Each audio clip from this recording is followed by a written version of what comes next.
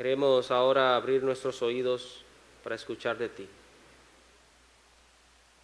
Una vez más, Señor, ¿qué puedo yo decirle a tu pueblo? No quiero venir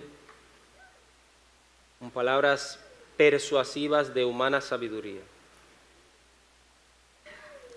Quiero venir delante de tu pueblo con tu palabra, para que nuestra fe esté puesta en el poder de Dios. Por eso, Señor, al abrir tu palabra, también abre nuestros corazones, abre nuestras mentes, para que podamos entender correctamente lo que tú quieres decirnos en esta mañana. Que tu Espíritu Santo nos hable, que tu Espíritu Santo nos convenza, y que podamos salir de aquí, Señor, habiendo tomado decisiones. Señor, ayúdanos a salir diferentes de cómo entramos, que tu palabra no se nos olvide. Usa mis labios, usa mi mente, mi cuerpo, mis emociones, mis sentimientos, todo para transmitir tu palabra. Que no sean ideas mías, no sean palabras mías, ni pensamientos, ni emociones, ni sentimientos míos. De hecho, te pido, Señor, por favor, que me quites de aquí, que sea tu Espíritu Santo que esté llevando tu palabra. Por favor, te lo pido en el nombre de Jesús. Amén. Amén. Retomamos nuestra serie después de haber estado básicamente 4 domingos fuera del púlpito de las mañanas, siendo grandemente bendecidos por el Señor en estas últimas semanas de predicaciones los domingos en la mañana. Creo que el Señor nos bendijo grandemente durante estas semanas. Y volvemos a Marcos capítulo 1, donde hemos iniciado ya hace un par de meses una serie de este evangelio, donde Marcos como evangelista nos presenta una perspectiva, nos presenta una característica, nos presenta a Jesús de una forma distinta como la presentan los demás evangelistas. Resumen, recuerde que Mateo nos presenta a Jesús como el rey de los judíos. Por eso habla mucho del reino de Dios es semejante a. Lucas nos presenta a Jesús como el hombre perfecto, el Hijo del Hombre.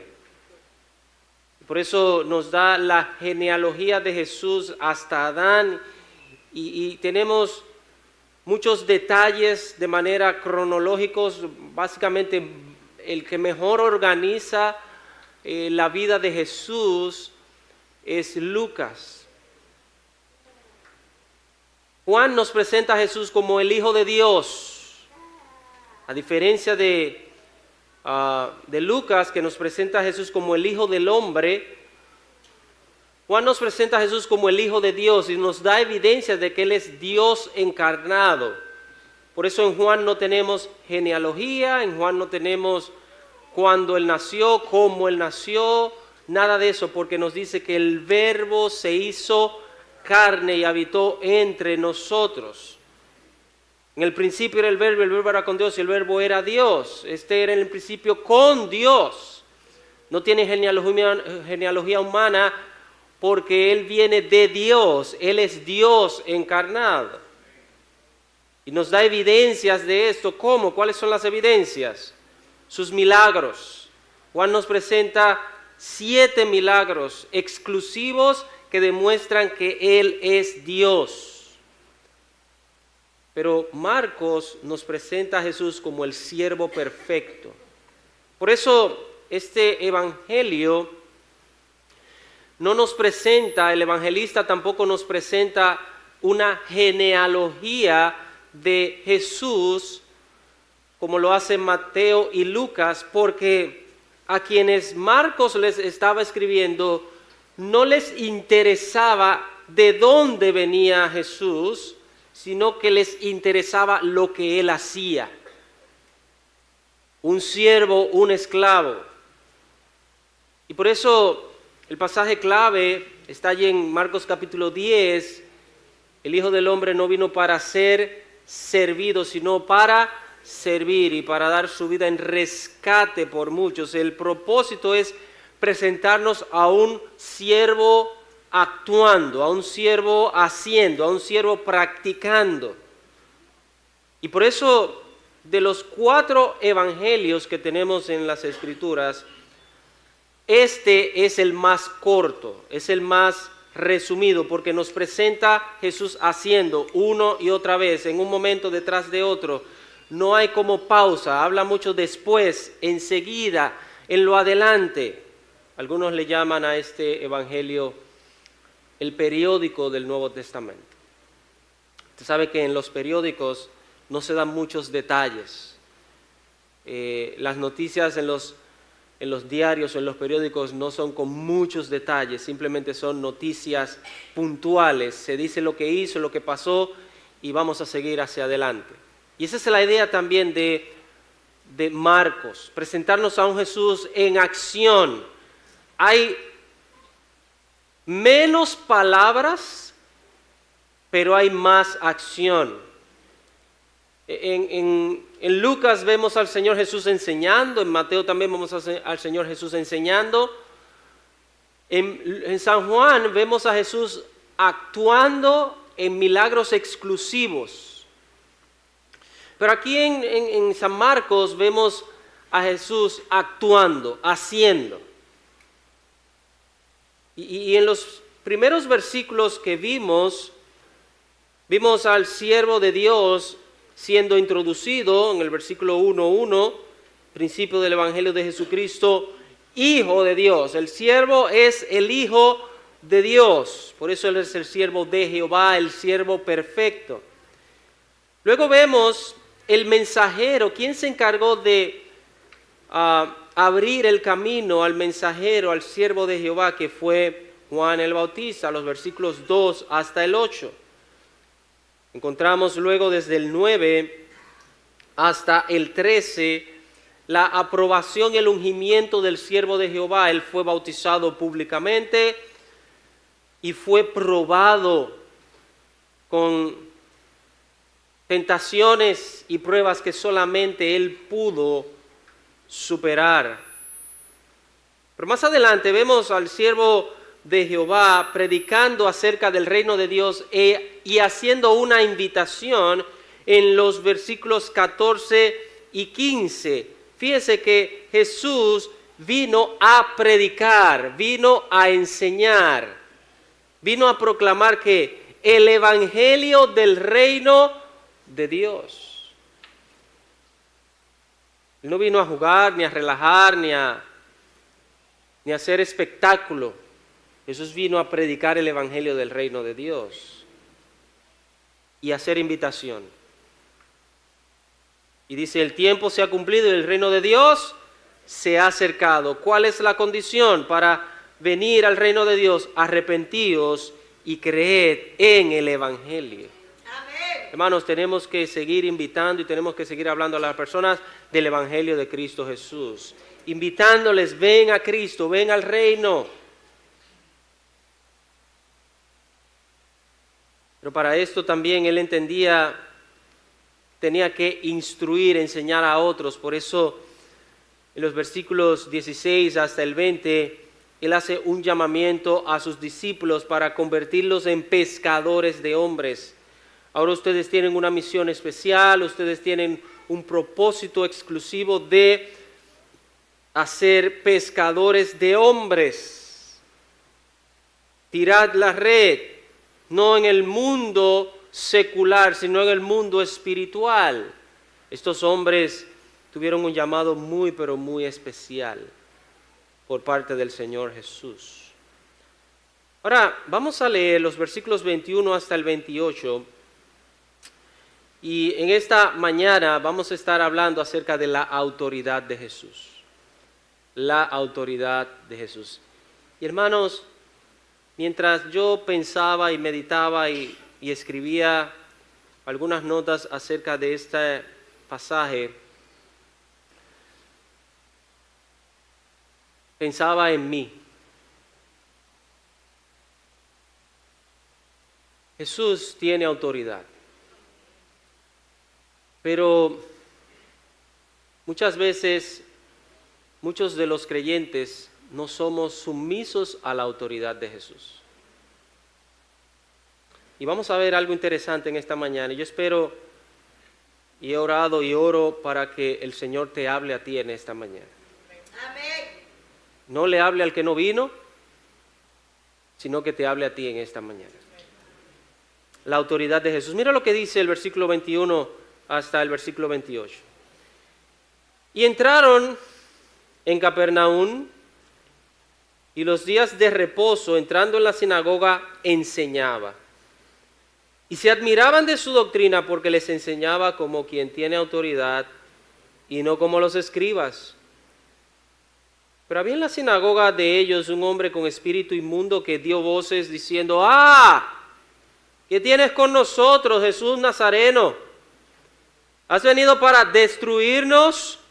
Sé quién eres, el Santo de Dios. Pero Jesús les reprendió diciendo: cállate y sal de él. Y el espíritu inmundo, sacudiéndole con violencia y clamando a gran voz, salió de él. Y todos se asombraron de tal manera que discutían entre sí diciendo: ¿qué es esto? ¿Qué nueva doctrina es esta? Que con autoridad manda aún a los espíritus inmundos y le obedecen. Y muy pronto se difundió su fama por toda la provincia alrededor de Galilea. Esta es palabra de Dios. Amén. Y que el Señor bendiga su palabra en esta mañana en cada uno de nuestros corazones. Aquí vemos, hermanos, el poder y la autoridad del Señor Jesús. Si verdaderamente Jesús es el Mesías, es el Salvador, necesariamente Él tenía que demostrar su poder y su autoridad. Necesariamente Él tenía que desplegar su poder y su autoridad sobre seres y en lugares muy puntuales y muy especiales. Y si Jesús tiene autoridad por encima de todo, entonces tú tienes que sujetarte a su autoridad. Es el hecho de que muchos creyentes, muchos cristianos dicen: bueno, yo soy cristiano, yo soy hijo de Dios. Bueno, Jesús es mi Señor, Jesús es mi Salvador. Y muchas veces nos asombramos de lo que Jesús hace y de lo que Jesús puede hacer y de lo que Jesús ha hecho en otros, pero no somos obedientes a sus mandatos. ¿Cómo es posible? De hecho, hace unas semanas atrás escuchábamos un mensaje acerca del señorío de Jesús. Porque Jesús mismo dice: muchos me dirán en aquel día: Señor, Señor.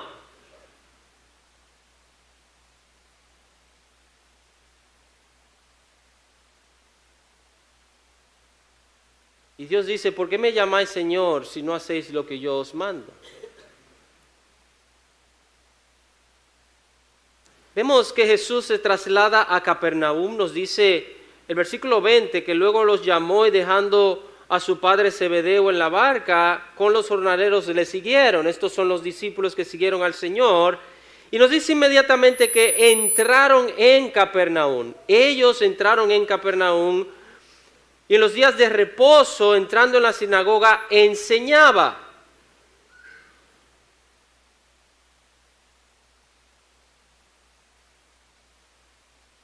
Capernaum fue el lugar donde Jesús hizo su cuartel, como pudiéramos decir, su lugar de trabajo principal durante su ministerio. Era allí donde él moraba más tiempo, donde duraba más tiempo. Muchas veces Jesús iba a otros lugares y predicaba el evangelio, hacía lo que tenía que hacer en otros lugares, pero regresaba a Capernaum. Regresaba a ese lugar, era como el lugar de reunión, donde él hacía, vamos a utilizar esta expresión, donde él hacía las estrategias, su cuartel, su oficina, su lugar de trabajo, donde él realizaba las estrategias de su ministerio, de su trabajo. Salía y regresaba, salía y regresaba. O sea que Jesús pasó mucha parte de su tiempo en Capernaum. Hermanos, debemos entender que la autoridad de Cristo está basada aquí en la palabra de Dios. Y la autoridad está en la palabra de Dios, no en nuestras palabras. Todo cristiano, déjame decirle algo, hermano, todo cristiano tiene que tener claro esto. Nosotros estamos bajo autoridad. Tú estás bajo autoridad. Por eso, personalmente no creo en cristianos independientes. El cristiano tiene que estar bajo la autoridad de la palabra de Dios. Amén. Lo que dice la palabra de Dios. De hecho, hay cristianos que se atreven a decir, hay creyentes que se atreven a decir, sí, eso lo dice la Biblia. ¿Ustedes entienden en qué sentido lo dicen? Bueno, eso es lo que dice la Biblia. Porque quieren hacer lo que ellos entienden, en lo que ellos creen. Y usan las Escrituras y usan la Biblia como ellos quieren. Toda nuestra enseñanza debe salir de la palabra de Dios. Fíjese, voy a estar citando algunos pasajes, algunos los voy a citar de una vez, los voy a leer de una vez porque los tengo en mis notas para aprovechar el tiempo, pero yo quiero que usted vaya conmigo, por favor, a el libro de Hechos, capítulo 4, en el versículo 13. Vemos a dos que fueron discípulos del Señor aquí, hablando y predicando y enseñando. Si usted lee en el versículo 11, dice, ellos predicando, este Jesús es la piedra reprobada por vosotros los edificadores, la cual ha venido a ser cabeza del ángulo. ¿Qué está haciendo aquí? ¿Qué están haciendo aquí? Pedro está citando ¿qué? Las Escrituras. Dice, en ningún otro hay salvación porque no hay otro nombre bajo el cielo dado a los hombres en que podamos ser salvos. Versículo 13. ¿Qué vieron? Entonces viendo que el denuedo, la valentía, la confianza de Pedro y de Juan, sabiendo que eran hombres sin letras y del vulgo, ¿qué pasó con ellos? Se maravillaban y les reconocían que habían estado con Jesús. ¿Por qué ellos se maravillaban? Porque lo que ellos estaban predicando, lo que ellos estaban diciendo no era de ellos mismos. Ellos estaban enseñando la palabra de Dios. Ellos estaban bajo la autoridad de la palabra de Dios.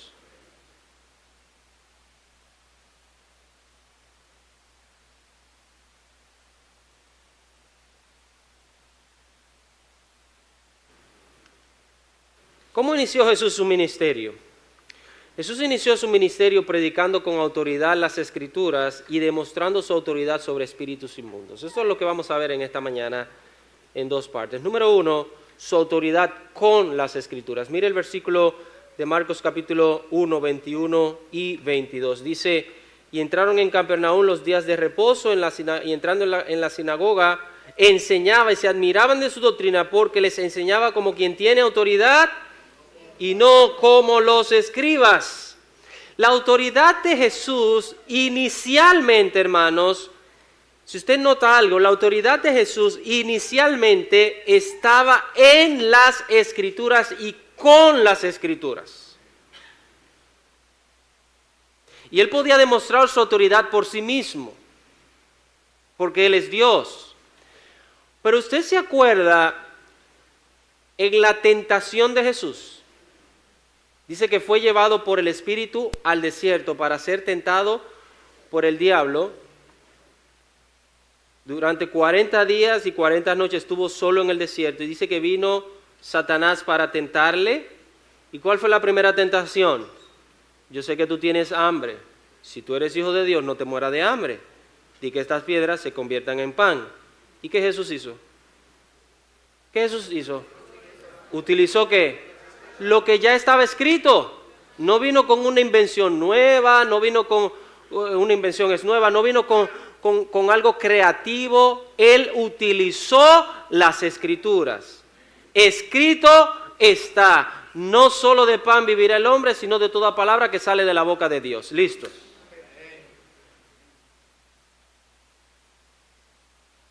No tentarás al Señor tu Dios. No te inclinarás utilizando las escrituras. ¿Y qué hizo el maligno? ¿Qué hizo Satanás? Dice que salió corriendo, se fue de allí y lo dejó. Hermanos, la autoridad, su autoridad estaba en las escrituras. De hecho, Jesús estableció, Dios estableció su palabra como autoridad. Hermanos, ¿cuál fue el problema de Adán y Eva? El problema de Adán y Eva fue que desafiaron la autoridad de Dios, desafiaron la palabra de Dios. Pusieron en duda la palabra de Dios. Satanás vino con que Dios os ha dicho. ¿Qué era lo que tenía que decirle Eva? Cuando Satanás le dijo, con que Dios os ha dicho. Dios ha dicho, ¿qué tú quieres que yo haga? Fue lo que Dios dijo. Amén. Amén. Hermano, cuando Dios dice algo en su palabra, ya Él dijo. No podemos estar inventando, no podemos estar tratando de cambiar o de arreglar o de acomodar lo que Él dijo. Él lo dijo y ya. Que tú lo entiendas es una cosa o que no lo entiendas es otra cosa, pero ya Dios dijo lo que Él quiso decir y ya. Esa es su autoridad, su palabra. Cuando se traspasa y se viola la autoridad de Dios, siempre habrá problemas.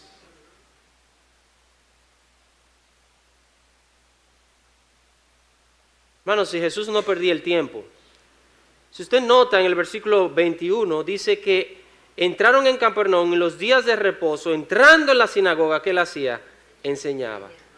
Recuerde que él vino para predicar, él vino para enseñar, y lo primero que él hizo allí fue ir a la sinagoga a enseñar. Esto lo encontramos también en Lucas capítulo 4, a partir del versículo 31. El versículo 31 de Lucas 4 nos dice que descendió a Capernaum, ciudad de Galilea, y les enseñaba en los días de reposo. Ahora bien, Capernaum, aparte de ser el lugar principal, el centro de actividades principal del Señor Jesús, era también el lugar donde pertenecían algunos de sus discípulos. De allí eran Pedro, Jacobo, Andrés y Juan, que eran pescadores. De hecho, entonces nos dice que Galilea y Capernaum era una ciudad, era un pueblo donde había muchos pescadores. Allí estaba el mar de Galilea también. Y algunos entienden que Jesús, este movimiento de Jesús a Capernaum, es un movimiento estratégico en el ministerio de Jesús, porque entienden que allí en Capernaum era un lugar popular, era un área muy popular donde se mezclaban judíos y gentiles. Así que esto le proveía a Jesús una facilidad de alguna manera para llegarles tanto a judíos como a gentiles, porque era una ciudad pesquera. Llegaban personas de otros lugares y era un lugar bastante movido también en este sentido. Pero Capernaum es mencionado En Mateo capítulo 11, vaya conmigo por favor a Mateo capítulo 11, porque en Mateo capítulo 11, a partir del versículo 23, Jesús da una declaración de juicio sobre esta ciudad. Y mire la razón por qué. Y tú, Capernaum, que eres levantada hasta el cielo, ¿qué dice? Hasta el Hades serás abatida. Porque si en Sodoma se hubieran hecho los milagros que han sido hechos en ti, habrían permanecido hasta el día de hoy. Por tanto os digo que en el día del juicio será más tolerable el castigo para la tierra de Sodoma que para Capernaum.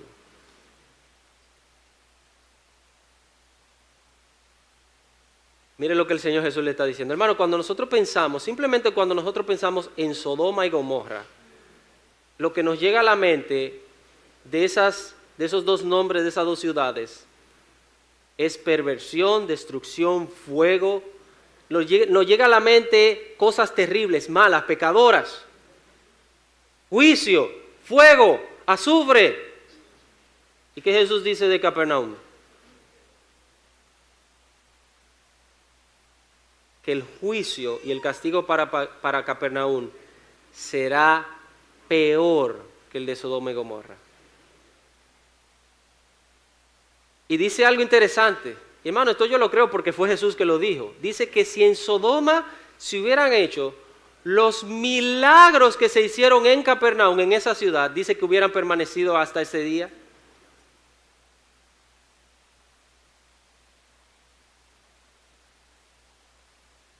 Se hubiera salvado.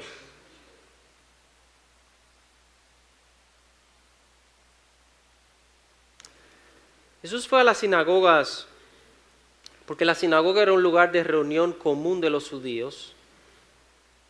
Eso es lo que significa sinagoga, lugar de reunión.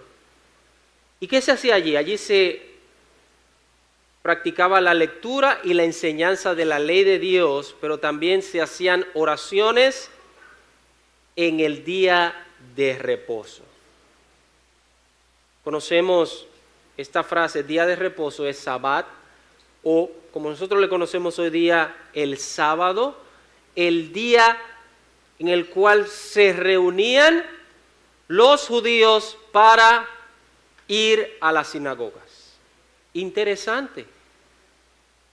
Nosotros relacionamos, hermanos, el día de reposo con quedarnos en nuestras casas, en el mueble, con los pies estirados, bebiéndonos un cafecito, un refresquito, un juguito, viendo televisión y descansando. A eso que relacionamos el día de reposo, ¿sí o no? Pero el día de reposo, hermano, los judíos lo tomaban para ir ¿a dónde? Al lugar de reunión, lo tomaban para ir a la iglesia, si usted lo quiere de otra manera. Lo tomaban para ir a estudiar las Escrituras, para ir a leer las Escrituras, para ir a meditar, para ir a orar. Y esto es interesante para mí, que el día de reposo los judíos se reunían, no se quedaban en sus casas. Sí estaba prohibido trabajar o hacer ciertas actividades, pero era el día en donde ellos se reunían de alguna forma para leer y estudiar la palabra de Dios. Recuerden que ellos no tenían como nosotros hoy día, que tenemos una Biblia física que podemos llevar a nuestros hogares, la tenemos en los diferentes dispositivos, la tenemos en internet, la tenemos más práctica y más asequible. Ellos no tenían estas facilidades que nosotros tenemos.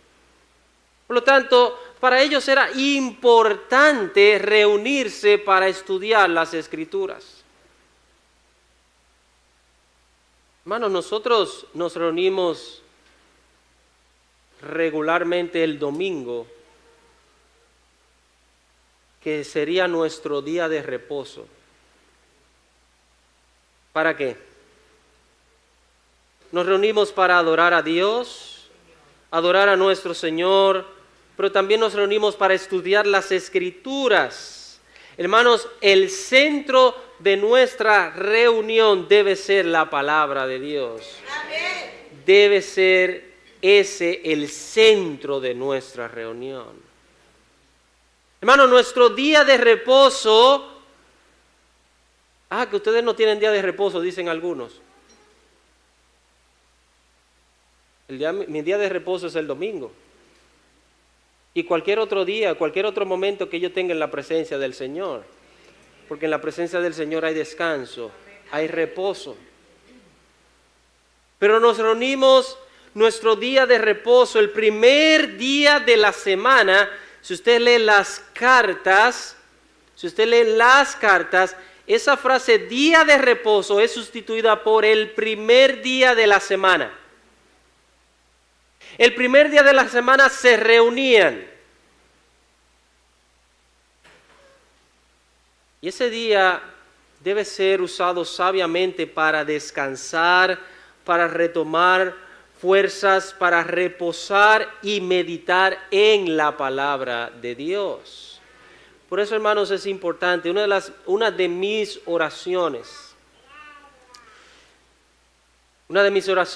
privadas, y a veces cuando nos reunimos para ensayar el grupo de jóvenes ya el fin de semana, viernes, una de mis oraciones es: Señor, ve preparando nuestro corazón desde hoy viernes, sábado, para que al llegar el domingo, el día del Señor, el primer día del Señor, el primer día de la semana donde nos reunimos, nuestros corazones estén preparados para escuchar la palabra de Dios. Amén. Esa es una de mis oraciones. Y le digo, ¿por qué, hermanos? He notado algo. Esto es parte de mi experiencia personal, no tiene que ser la experiencia personal de nadie, pero he notado algo, que con frecuencia, viernes, sábado, siempre aparece algo para distraer y para perturbar y para inquietar nuestros corazones, de manera que estemos desenfocados al llegar a la iglesia, o para venir a la iglesia, o para reunirnos en la casa de Dios, para escuchar la palabra de Dios y para adorar al Señor. No sé si le ha pasado, el sábado se aparece algo que pudo haberse aparecido el miércoles o el martes, pero se aparece algo el sábado. O el mismo domingo en la mañana sucede algo que no voy a poder ir a la iglesia, no voy a poder reunirme, o algo que no me lleva tranquilo a la iglesia. Puede ser hasta un dolor de cabeza, o hasta un dolor de una pierna, o puede ser cualquier cosa, hermanos.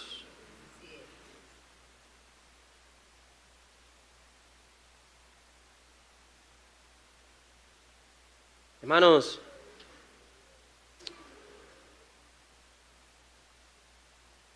nuestra reunión tiene que estar alrededor de la palabra de Dios. Amén. Y escuchar lo que Dios quiere decirnos a cada uno de nosotros de manera particular. Hermanos, las enseñanzas de los escribas, de los fariseos, que eran los que enseñaban en las sinagogas, eran interpretaciones personales, eran enseñanzas sociales, eran enseñanzas adecuadas o acomodadas a lo que ellos querían como religión. Por eso dice que cuando Jesús les enseñaba, el versículo 22 dice que se admiraban de que de su doctrina. Doctrina es enseñanza. Se admiraban de su enseñanza. ¿Y cuál es la razón? ¿Cuál es la razón? Porque les enseñaba con autoridad, no como los escribas.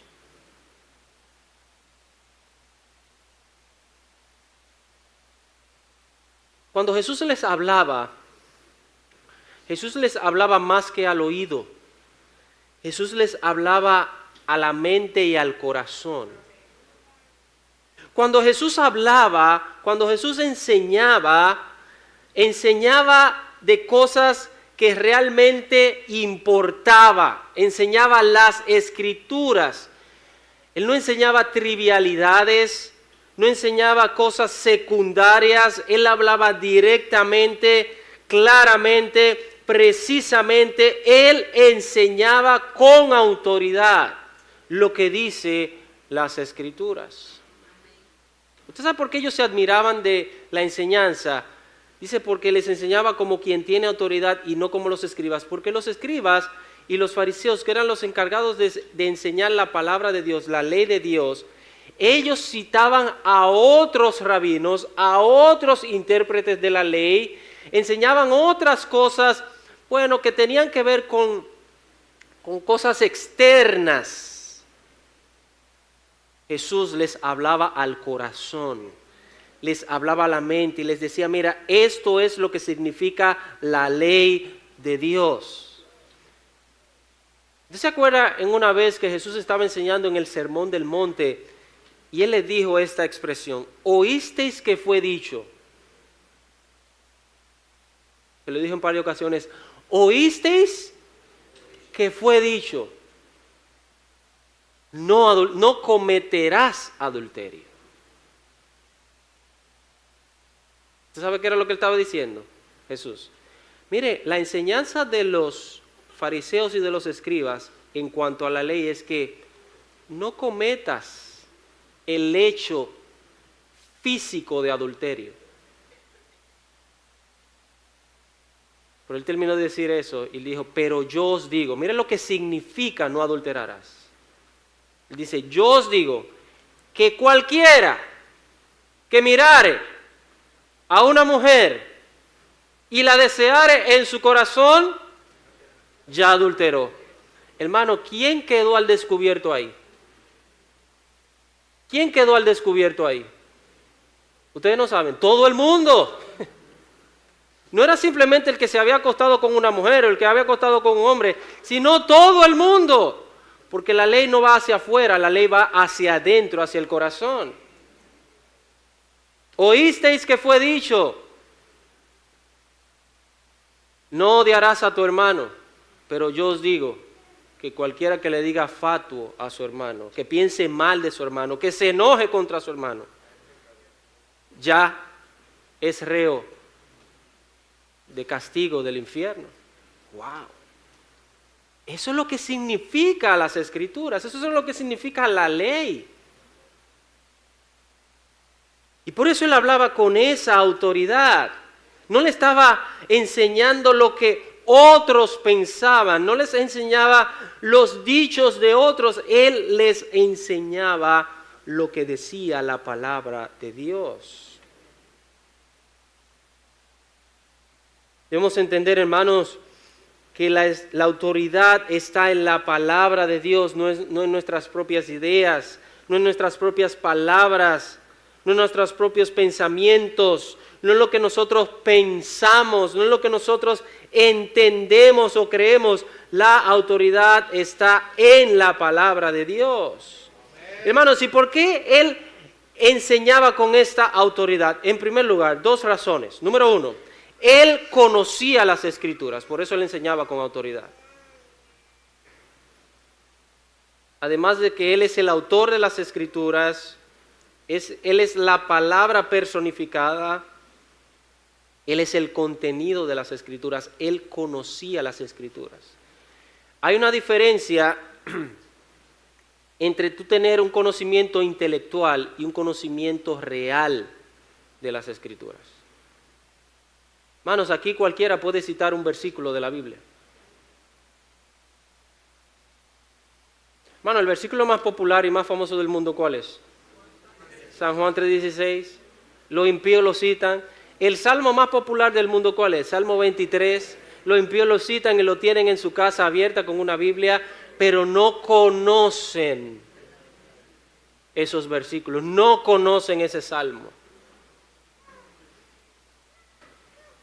Usted puede citar, Jehová es mi pastor, nada me faltará. En lugares dedicados pastos me hará descansar, junto a agua de reposo me pastoreará, confortará mi alma. Puede decir lo que usted quiera, como usted quiera, de arriba abajo, de abajo arriba, como usted quiera. La diferencia de si usted conoce verdaderamente a Jehová, si usted conoce a Dios.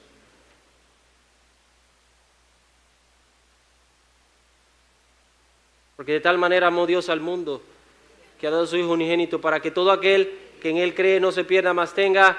Usted lo puede decir como usted quiera.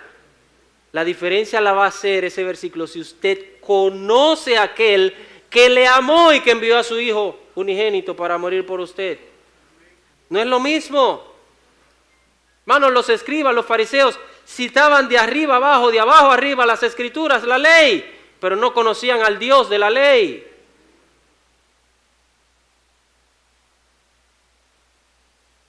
Hermanos, tristemente estamos en un cristianismo intelectual.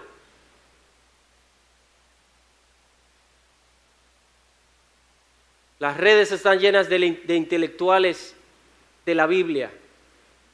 Las redes están llenas de personas que conocen doctrina. Y eso, hermanos, es una de las cosas que a mí de alguna manera, y lo he compartido con algunos hermanos y algunos pastores amigos, que de alguna manera me molesta. ¿Qué cosa me molesta a mí? Ahora, los grupos. Unos son, hice una pausa porque estoy pensando si lo digo o no.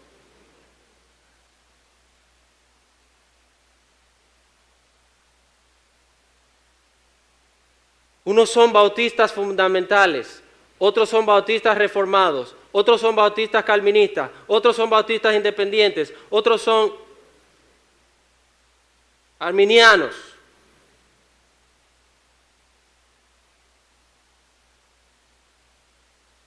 Intelectuales. ¿Cuándo vamos a ser cristianos que conocemos la palabra de Dios? Que conocemos a Dios.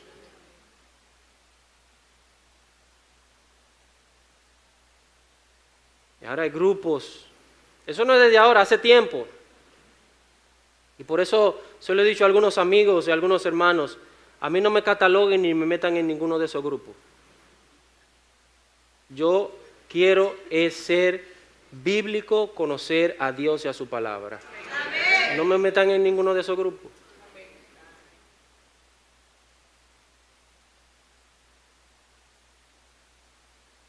Los fariseos, que eso es lo que significa ellos, separados. Conocían las escrituras, los escribas, que eran los intérpretes de la ley, conocían, tenían mucho conocimiento aquí. Pero Jesús realmente no solamente conocía las escrituras, Él conocía al autor de las escrituras. Por eso ellos se admiraban de la enseñanza.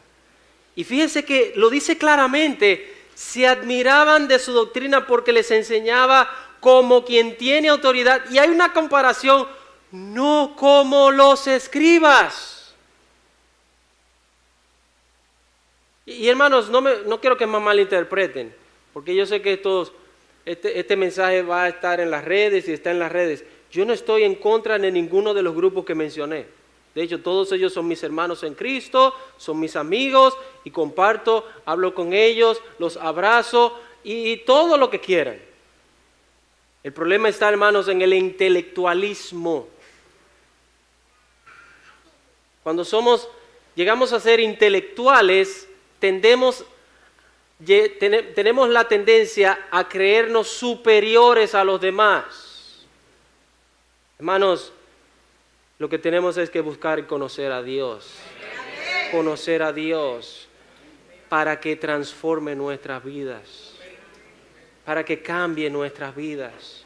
Y yo sé, hermanos, es necesario estudiar, es necesario meterse en las escrituras, conocer léxico, conocer hasta los idiomas, todo lo que usted quiera, pero conoce a Dios por encima de todas las cosas. Amén.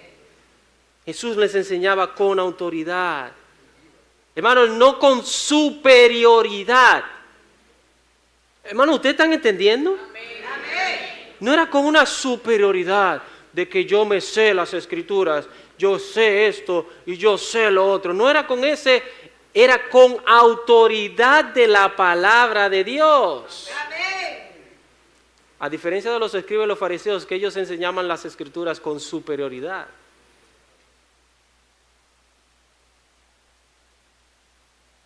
No solamente que él conocía las escrituras, sino que él enseñaba con autoridad porque creía las escrituras. Creía las escrituras. Hermano, él no solamente conocía, sino que él creía las escrituras y él estaba totalmente convencido de lo que las escrituras decían. Escuché el testimonio recientemente, hace unos días, de un pastor que hacía referencia a un personaje muy capacitado, creo que era doctor, era alguien bien especial en la sociedad, y dice que asistía a la iglesia donde él estaba. Aunque él no era pastor de esa iglesia, dice que esa persona, ese hombre, iba todos los domingos fielmente a la iglesia. Durante años, fielmente a la iglesia, fielmente a la iglesia, fielmente a la iglesia. Y una vez el pastor principal de esa oportunidad se le acerca, le dice: oh, qué bueno que usted está aquí, qué bendición, qué bueno, lo veo viniendo todos los domingos, cada semana, todo esto, pero usted no ha tomado su decisión por Cristo. ¿Qué es lo que le pasa? ¿Por qué ha venido tanto y por qué viene tanto? Y ese hombre le decía: mire lo que pasa, pastor. Lo que pasa es que yo no creo nada de lo que usted dice. Yo no creo lo que usted cree. Pero me gusta venir para ver a alguien que cree lo que predica.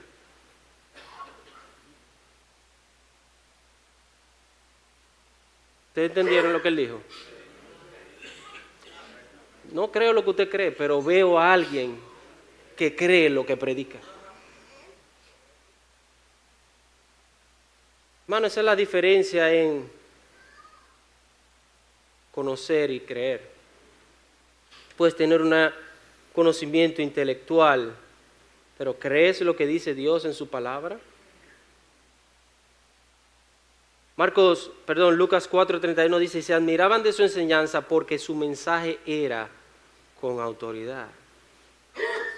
Interesante que Jesús fue a un lugar donde se enseñaban las escrituras para enseñar correctamente las escrituras. Él enseñó las escrituras como debía enseñarse, como debía explicarse y como debía aplicarse.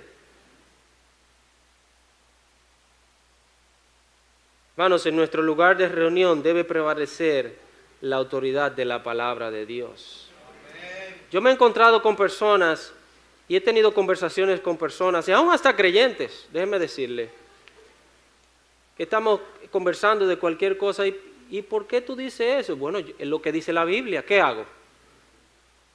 Hermanos, mire, yo creo que la declaración más contundente que tú puedas decirle a alguien es: la Biblia dice. Ahí se terminó todo. Porque no es lo que tú dices, es lo que la Biblia dice. Entonces, te voy a dar un pequeño consejo, una pequeña advertencia aquí.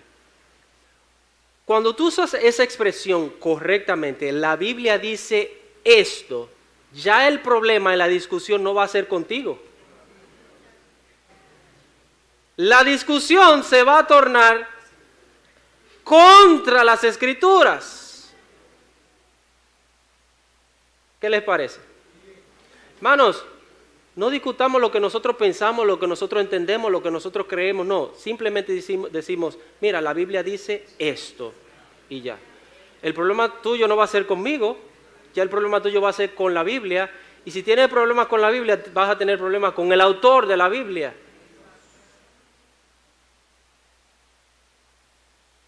Hace unos años atrás, hablaba con una persona, me decía, no, que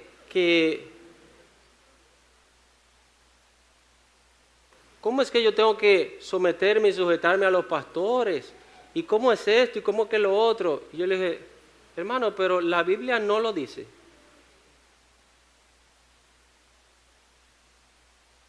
Bueno, hay gente que tiene problemas con ese versículo de Hebreos capítulo 13. Aquí en medio nuestro. La Biblia lo dice. ¿Sujetados a quién? Ahora, hermano, usted puede hacer con su vida lo que usted quiera. Ya yo no tengo problema con eso. Y hay muchos pastores que tampoco tienen problema con eso. Pero eso es lo que la Biblia dice. Ahora, a los pastores se le da una gran advertencia. Pedro le da una gran advertencia a los pastores, primera de Pedro capítulo 5. No tengan o no hagan el trabajo con autoridad. Ustedes tienen una autoridad por encima de ustedes a quienes van a tener que dar cuentas, al príncipe de los pastores.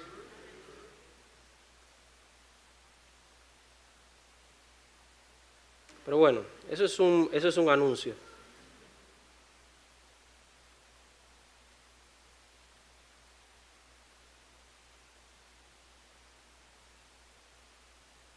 Él predicaba con autoridad las Escrituras en primer lugar. En segundo lugar, él demostraba su autoridad sobre los espíritus inmundos. Mire lo que dice el versículo 23. Y lo he hecho de manera así secuencial, los versículos 21, 22 y 23 en adelante. Lo veo un poquito más fluido, aunque la connotación principal aquí es que en la sinagoga, dice, había un hombre con espíritu inmundo que dio voces diciendo, Señor, ¿qué tienes con nosotros, Jesús Nazareno? Has venido para destruirnos, sé quién eres, el Santo de Dios. Pero Jesús le reprendió diciendo, cállate y sal de él. Y el espíritu inmundo, sacudiéndole con violencia y clamando a gran voz, salió de él. Y todos se asombraron de tal manera que discutían entre sí diciendo, ¿qué es esto? ¿Qué nueva doctrina es esta? La palabra se repite otra vez aquí. Lo dice en el versículo 22. ¿Qué nueva doctrina es esta? Que con autoridad, la misma palabra del versículo 22, manda a los espíritus inmundos y le obedecen. Vemos la palabra doctrina y la palabra autoridad. Hermanos, si alguien tiene autoridad es el Señor Jesucristo. Amén. Demostró su autoridad en la enseñanza, en la predicación de la palabra, y ahora demuestra su autoridad, su poder sobre espíritus y potestades espirituales. Me preguntaba esto.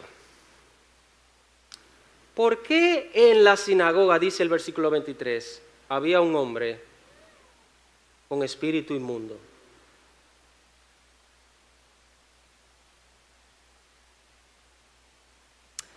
Es interesante, la idea que nos está diciendo el versículo es que ese hombre con espíritu inmundo, esta es la idea del versículo y de las palabras que utiliza aquí, es que este hombre con espíritu inmundo iba continuamente, estaba continuamente en las sinagogas.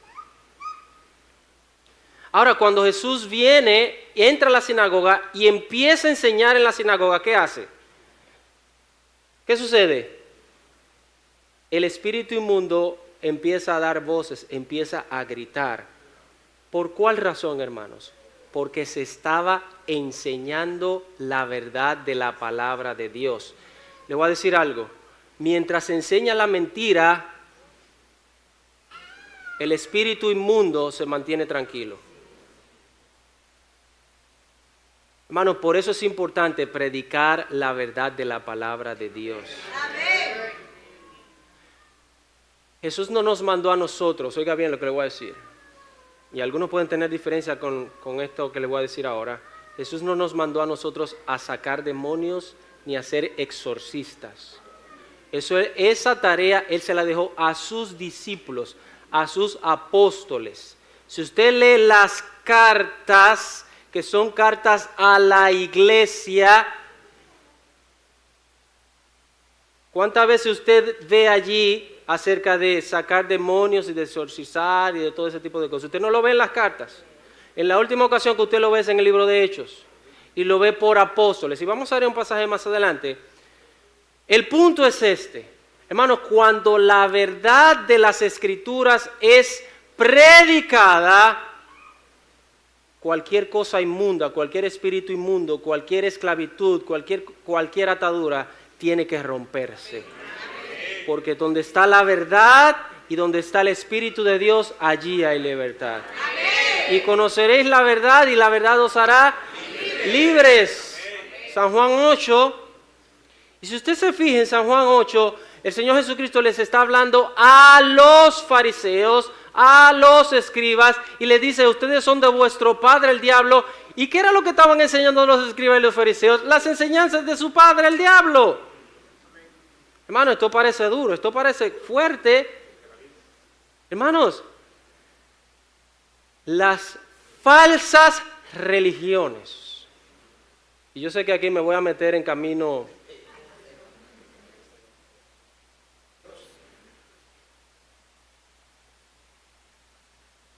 un poco complicado, difícil, pero vámonos adelante.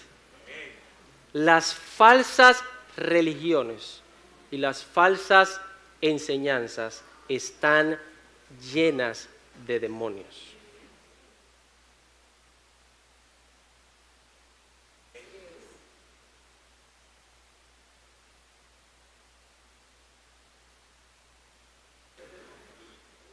Este espíritu inmundo no habló hasta que escuchó la verdad predicada con autoridad.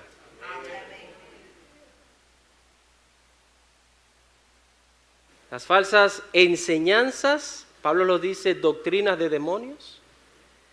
Las falsas doctrinas están asociadas, y no solamente están asociadas, sino que están dirigidas por demonios, por espíritus inmundos. Allá había un espíritu que no quería ser descubierto. Hermanos, y Jesús demostró que la palabra de Dios tiene autoridad sobre cualquier tipo de manifestación o influencia espiritual. Este hombre tenía dentro el espíritu inmundo, como nos dice allí el versículo 23, pero había en la sinagoga de ellos un hombre con espíritu inmundo. No solamente estaba influenciado, sino que estaba poseído. Hermanos, a veces entendemos, a veces pensamos que las manifestaciones o las posesiones demoníacas son convulsiones, son estrellones, son vueltas de maroma, Hermanos, las posesiones demoníacas no siempre se manifiestan de esa manera. Aquí vemos a un hombre poseído por demonio, tranquilito ahí en la sinagoga, hasta que la verdad de Cristo fue predicada y ese demonio tuvo que gritar. Pero mire cómo lo describe aquí, espíritu inmundo. Este término es una descripción de pecado, es una descripción de corrupción moral, espiritual, de falsa doctrina o falsa enseñanza. Un predicador y pastor dijo lo siguiente: los demonios se esconden en las falsas enseñanzas. Hermano, por eso la labor de nosotros no es ir a sacar demonios. La labor de nosotros es predicar el Evangelio para que los demonios vayan a salir. Ellos van a salir en algún momento, pero prediquemos el Evangelio. Prediquemos la palabra de Dios, prediquemos la doctrina de Cristo. Amén.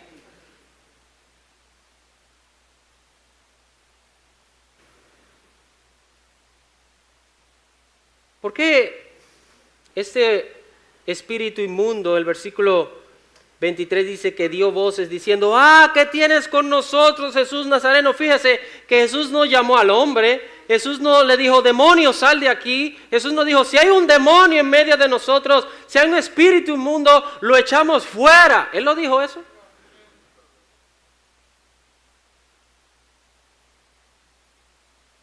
Bueno, yo voy a decir algo. Me voy a atrever a decir algo. Yo he escuchado en iglesias decir, y lo predican. Yo dije, pero ¿y cómo es posible? Aquí este lugar está lleno de demonios. Si ese lugar está lleno de demonios, es porque hay mucha falsa enseñanza en ese lugar. Porque donde se predica la palabra de Cristo y la enseñanza de Cristo, tiene que ser un lugar santo y puro. Donde los demonios no quieran aparecerse por ahí.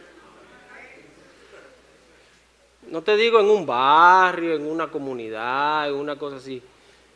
Me estoy metiendo en un lugar peligroso, ¿no? ¿Verdad que sí?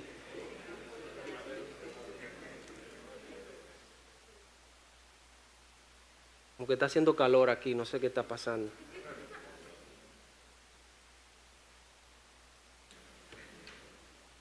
¿Por qué no dijo esto antes de llegar Jesús? Porque Él no quería que conocieran al Mesías. Si algo tienen los espíritus inmundos y Satanás es que no quieren que conozcan a Dios. Y por eso se predican las falsas doctrinas, la doctrina de error, porque no quieren que conozcan al Dios verdadero, no quieren que conozcan a Jesús. Y hermanos, ellos sabían exactamente, este espíritu inmundo sabía exactamente quién era Jesús. ¿Qué dice? Eres el santo de Dios, sé quién eres el santo de Dios. Hermanos, ellos sabían exactamente quién era. Vamos a ir a 2 versículos más. Miren, en Marcos 3, en el mismo Marcos 3:11, si usted va a Marcos 3:11, ¿qué dice? Y los espíritus inmundos al verle se postraban delante de él y daban voces diciendo, yo pienso quizá, no, tú eres el Hijo de Dios. En el 5:7, mira lo que dice allí, lo vamos a tomar en el contexto, ese es el endemoniado Gadareno, el 5:7. Dice, y clamando a gran voz dijo, ¿qué tienes conmigo, Jesús, Hijo del Dios Altísimo? Hermanos, si alguien conoce quién es Jesús, son los espíritus inmundos, son los demonios.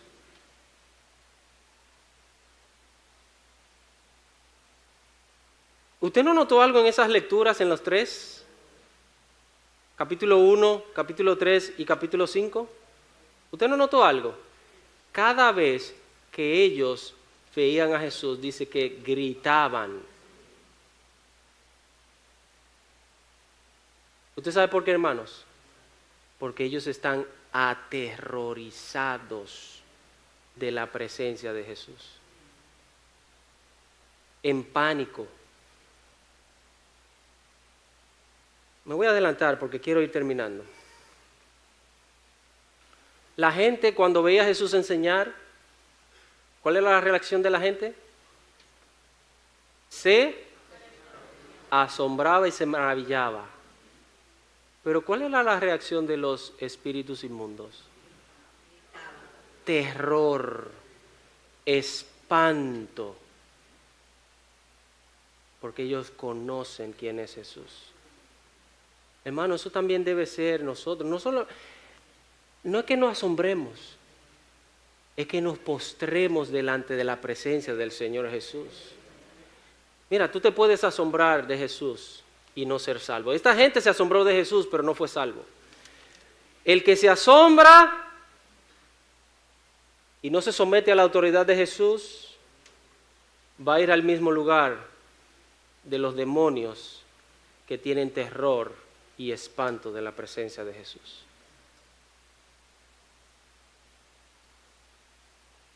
Ellos saben que les espera, por eso dice, has venido para destruirnos, has venido para atormentarnos.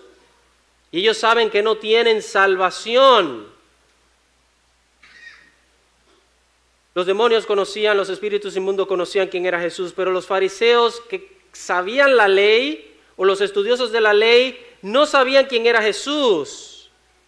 Marcos 3:22 dice, y los escribas que habían descendido a Jerusalén decían, tiene a Belcebú y expulsa a los demonios por el príncipe de los demonios. No conocían a Jesús, no sabían quién era Jesús. La gente no sabía quién era Jesús. Marcos 6:2 dice que cuando llegó el día de reposo comenzó a enseñar en la sinagoga y muchos que le escuchaban se asombraban diciendo, ¿de dónde obtuvo tales cosas? ¿Y cuál es la sabiduría que le ha sido dada? Y estos milagros que hace con sus manos, ¿no es este el hijo de María, su padre José y sus hermanos son tal y tal y tal y tal y tal? Hermano, la gente no sabía quién era Jesús.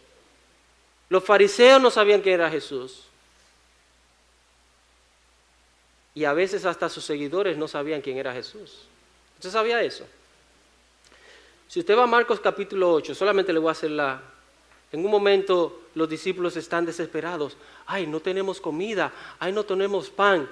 Y Jesús le dice, pero ustedes no se acuerdan lo que yo hice anteriormente.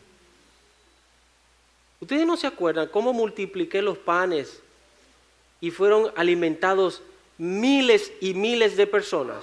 Hermanos, a veces nosotros realmente no sabemos, no conocemos quién es Jesús.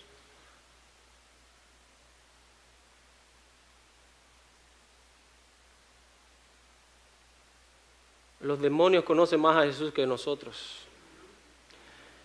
Los demonios y los espíritus inmundos se postran delante del Señor y nosotros muchas veces no.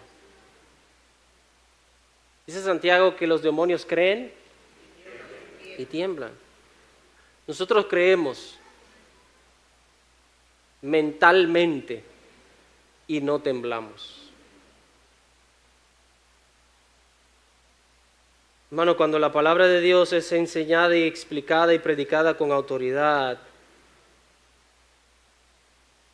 todo lo inmundo, todo lo oculto tiene que salir a la luz. Hermano, por eso es importante que todo hombre que se pare en este púlpito a enseñar la palabra de Dios, predique la palabra de Dios. ¿Usted sabe por qué? Porque cuando la palabra de Dios es predicada, el predicador no sabe cuál es tu pecado, el predicador no sabe cuál es tu necesidad, el predicador no sabe cuáles son tus inquietudes, tus preocupaciones espirituales. Él no sabe nada de eso y a veces uno dice, oye, pero él me está hablando a mí como que él conoce todo lo que ha pasado con mi vida. No, no es él, es la palabra de Dios que está hablando a tu mente, a tu corazón. Porque es la palabra de Dios que tiene autoridad para sacar todo lo que hay en nuestra mente, todo lo que hay en nuestro corazón, nuestras preocupaciones, nuestras ansiedades, nuestras tristezas, nuestras ansiedades, nuestro pecado. Y por eso hay creyentes que dicen, ay, no me gustó cómo predicó hoy. Porque te dijo 2 o 3 cosas de la palabra de Dios que te dijo a ti, de lo que tú estás haciendo y lo que tienes que dejar hacer.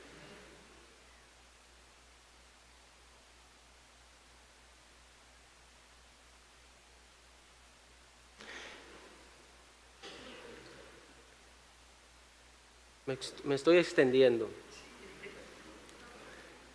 Hermano, a veces me ha pasado que hay hermanos que me saludan muy bien en lo oculto y un día yo predico y se van de una vez y yo, pero me saludó hoy, no sé qué pasó. Que el Señor te bendiga.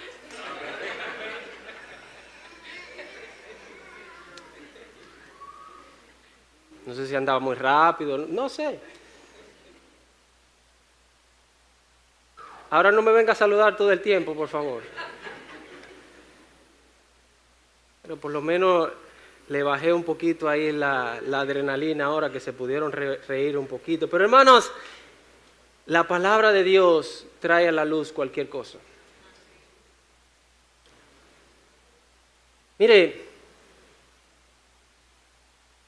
Él demostró su autoridad sobre un espíritu inmundo. Había pecado en la vida de este hombre, probablemente oculto. Había mala doctrina, había mala enseñanza. Y hermanos, es la predicación de la palabra de Dios, explicada, proclamada y aplicada con autoridad, que tiene poder y autoridad.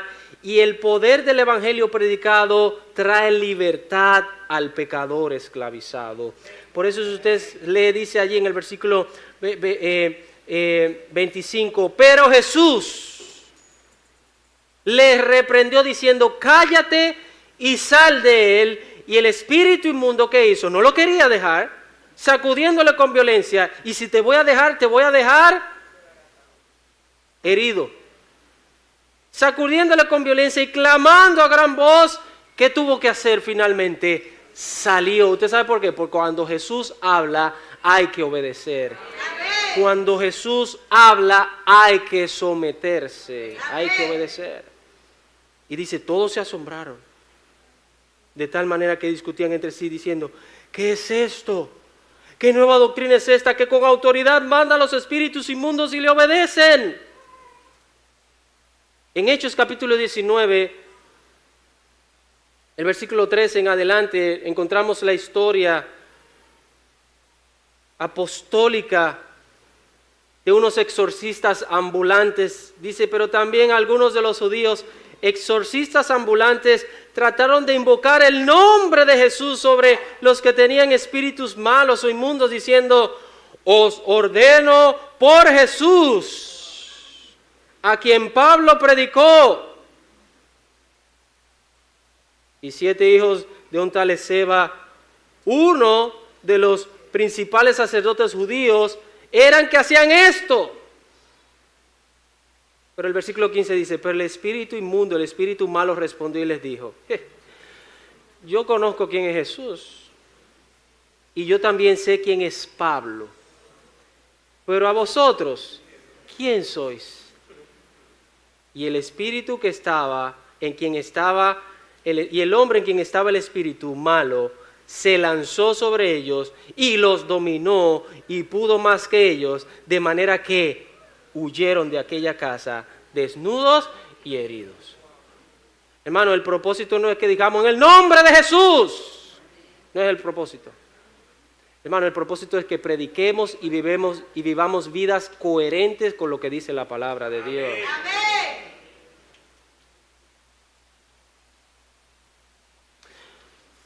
Yo te voy a decir algo. Hay muchos espectáculos y muchos shows que hay por ahí de que sacándole demonio a la gente.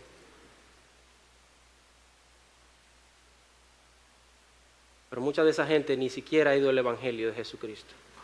Ni siquiera son salvos. Cuando una persona es salva, todo pecado, todo espíritu, tiene que salir de ahí. Amén. Por eso lo más importante es la salvación del alma de una persona. Amén. Dice que todos se asombraban de tal manera.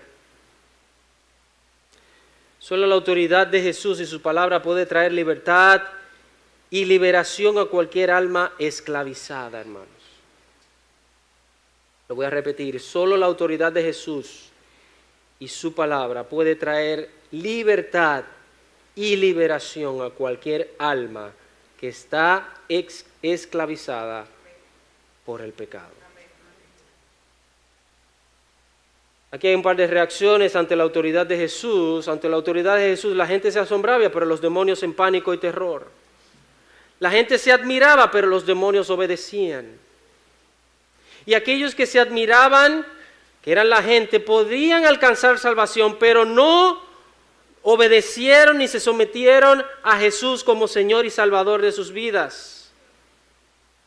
Y aquellos que le temían, que eran los espíritus inmundos, estaban aterrorizados, no pueden obtener salvación porque ellos solo esperan el tormento eterno.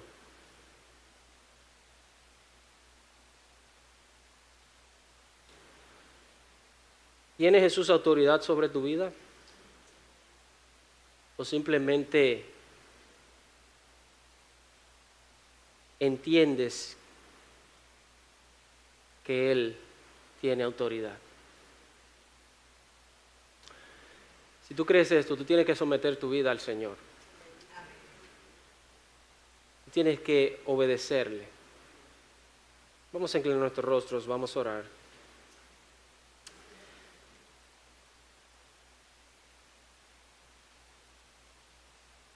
Señor, Tú has demostrado que tu palabra tiene poder, porque cuando tú hablaste fueron creados los cielos y la tierra.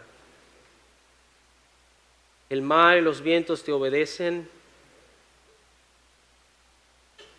Tus enemigos se postran delante de tu presencia. No hay potestades que estén por encima de ti. Toda potestad está por debajo de tu autoridad. Señor, ayúdanos a ser obedientes a tu palabra. Ayúdanos a ser sumisos ante tu palabra, ante tu autoridad. Ayúdanos a reconocer que tú tienes autoridad sobre todas las cosas. Señor, si hemos sido rebeldes a algo en alguna área de nuestras vidas y tú has estado evidenciando, manifestando algún pecado, alguna área de debilidad de nuestras vidas, Señor, ayúdanos a someternos a ti. Entendemos que por nuestra carne o por nuestra humanidad, simplemente por rebeldía, nosotros no nos queremos someter, no queremos abandonar ciertas actitudes, ciertas prácticas, ciertas acciones, ciertos pensamientos. Oh Señor,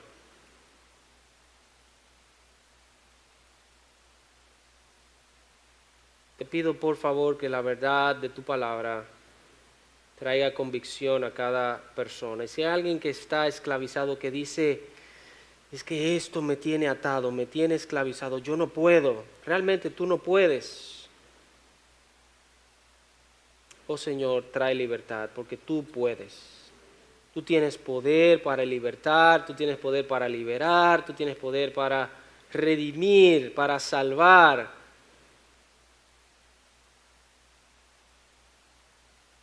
Para romper las cadenas del pecado.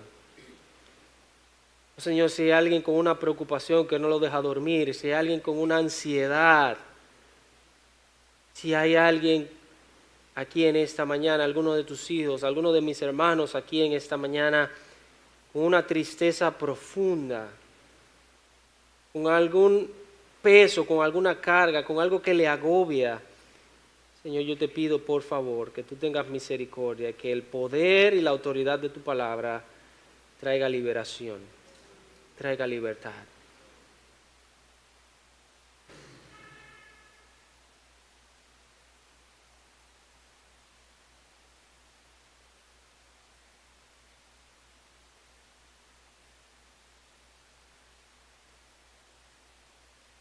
Señor, ayúdanos.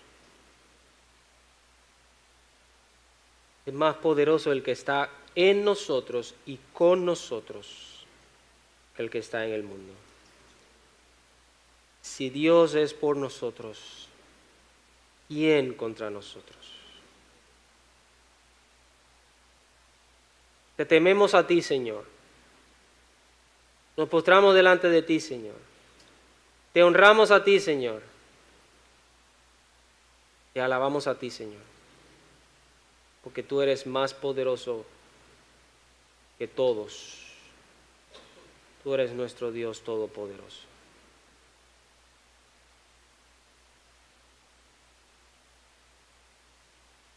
Ayúdanos, Señor, a sujetarnos a tu autoridad, que nos has dejado en tu palabra.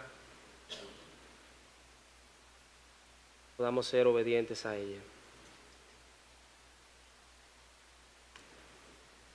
Bendiga su palabra, Señor, en esta mañana. Llévenos con bien hacia nuestros diferentes lugares, pensando en lo que hemos escuchado.